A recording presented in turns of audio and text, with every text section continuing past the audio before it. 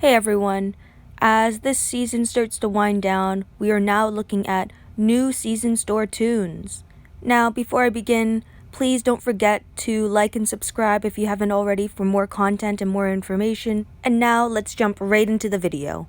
So, firstly, the season store exclusive tune is Abel. And he's a decapitation toon, which is pretty cool. We don't get many decapitation toons in the League store. The last one that we had was Leon, and I was not a big fan of him. I couldn't get him to hit hard enough to really be a solid decapitation toon for me. We have Command Maggie, who's a recent legacy toon, so I find it interesting that they're adding her to the League store, seeing how she's a toon you can pull off of, I believe, a 5-star wheel and possibly get from Ascension. So she's an easily accessible toon. I do like that they're offering command toons though, because I feel like in every single attack team, you should have a command toon. Now, the next ascendable that we're getting is Jiafeng. It might be Jiafeng. I'm not sure how to pronounce her name, but I was very surprised with her, but happily surprised. I think she is a brilliant lacerator toon, and I'm very happy that Scopely is releasing her to the general public.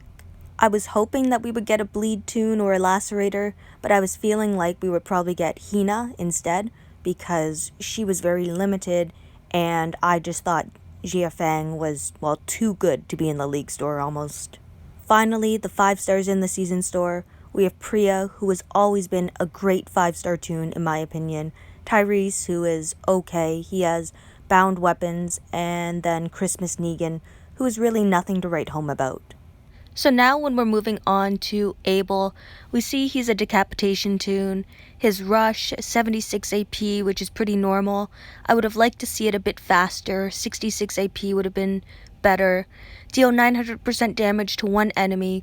All other enemies get 100% heal reduction for 1 turn. So I actually like this rush. The 900% damage to one enemy makes it so you're not going to trigger anyone else. Like, there are so many toons where if you rush them, then you're likely to trigger payback or bide on another toon that's adjacent to it, or anyone not behind a guardian shield. I also like that the directed attack is not made up of multiple attacks, meaning he won't be triggering any reflect damage mods, which have been killing my Priya and my James a lot. The 100% heal reduction to all other enemies, I wish it was extended past a single turn. Like, it does help because obviously any toon that's killed that turn will not be able to be revived or healed. Now, Abel's active skill seems a bit slow to me. It's a turn 3 active skill. Usually anything beyond turn 3 is just too slow to use. I prefer active skills that are turn 1 or 2. With being able to recover from crosshairs and bleed, it's kind of like an anti-Rolito, but usually by turn 3, your team is almost completely bled out as is. So this would really have to be an initial cooldown of 2 turns for me to use him against Rolito, for example. He also has a bound weapon with 30% HP, a medium bonus to AP when taking damage, and stronger attack. So a stronger attack weapon is really only valuable against toons that are not alert, because as a blue toon, he already gets a trade advantage against alert toons. Now, for the other ascendables in the League store, this Maggie, I already have her as a 6-star, so I'm probably going to leave her as a 5-star, because I don't have a yellow command toon for 5-star arenas anymore. Her rush applies a little bit of damage, it heals and gives a defensive buff. Her active skill is recover and pair, and then obviously she's a command toon. She does not have a bound weapon on her, so you can easily give her an absolute defense weapon or an 8% AP weapon to all teammates. Now, this Maggie as a 5-star actually did quite a bit of damage. 700% damage back in the 5-star days was a lot. Giving that bonus HP was also useful. Only being at 45 AP, making her very fast, was great. And then, of course, being a command toon, it just gave you a lot of control over any type of match that you came across. Now, looking at the other ascendable in the season store, Jiafeng with 45 AP for her rush, does a lot of different bleeding as well as exhaustion, hemo bleed, which is something that I love because it's a separate type of bleed than normal bleed, and it increases in damage every turn. Being a lacerator, she can double the bleed every single turn whenever she attacks someone, which can be super useful. I think she is going to pair up really well with Rolito. She does not have a bound weapon, but most 5 stars do not anyway. There are a few exceptions to this rule. And now moving on to the 6-star version, her rush, 58 AP only, still a lacerator, more bleed damage, 500 bleed to 3 enemies, 300 exhaust for 3 turns. The hemo starts at 200 and increases by 150 each turn, so this type of bleed just always increases, and that means you're able to lacerate both the normal bleed and the hemo bleed, and it just helps with bleeding out a team or a toon really fast so long as there's no recovery. I am actually super excited to get this toon. I don't have an S-Class Rolito yet, but I would love to be able to work her into some type of bleed team that I could come up with. And in my opinion, with a lot of bleed teams, you need a mixture of both control as well as having a lot of bleed options. Now, she has a turn 2 active skill where you can cause 800 trauma and 400 bleed for 3 turns to a line of enemies. Just a simple way to add some more damage, as well as the trauma, as we've learned from Angel, can be really effective if you know how to apply it and when to apply it. It definitely is situational, but if you're able to leverage it, you can definitely cause a lot of damage to the opponent's team. And weapon-wise, you could add Amplification, Alert Crit, which can spread 1 debuff to an adjacent enemy for 2 turns.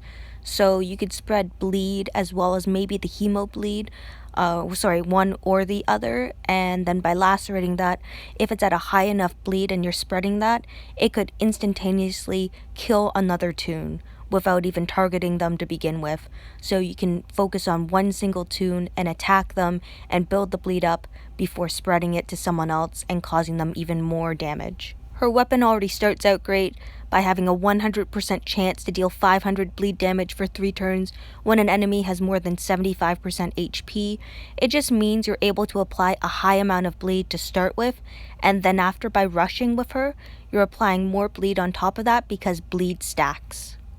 And just really quickly going over 5-star Priya, I've seen her be pretty effective on some defensive teams because she has a very fast rushing AP, she can confuse 3 enemies for 2 turns, it's very easy to rush her on the first turn to be honest, and then the cutthroat ability got a buff up not too long ago, and her rush has a bound stun weapon on it.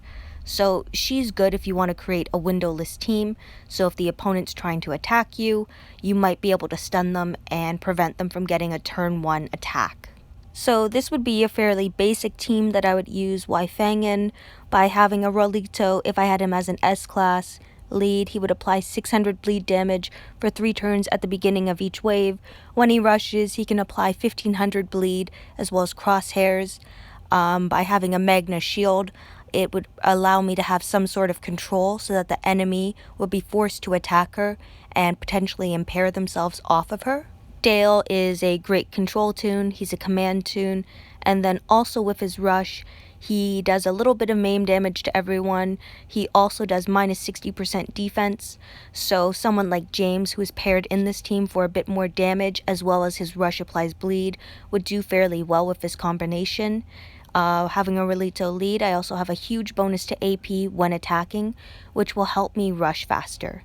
By adding in Jiafeng into this team, she would be the lacerator as well as applying trauma, so that little bit of maim damage that Dale applies, it will actually do some damage to the opponent's team if they use a Pete to recover the maim damage, because Jiafeng has trauma, and as we've learned from trauma, as you recover penalties by using an ability or a rush, you actually end up applying damage to your own team. And although Jiafeng's damage is lower compared to Angel, for example, it could still be fairly effective in my opinion because it's unmitigated damage, it's just a flat amount. And when we look at this team, we're also applying bleed as well as hemo bleed. If we wanted, we could add some burn mods to it as well, so that if a team still ran, say, a Zachary or another toon that recovers multiple penalties, so like S-Class Mercer with his active skill can recover from bleed, burn, and maim. So if there were 4 penalties on the opponent's team, say bleed, hemo bleed, burn, and maim, that would be a significant amount of damage, and it could actually end up killing the opponent's team by a passive manner.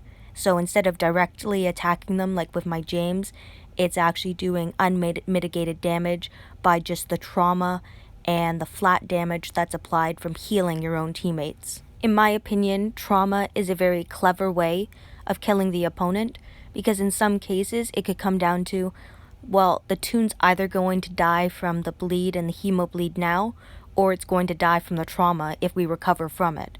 So it becomes kind of like a Hobson's choice where there is no correct answer.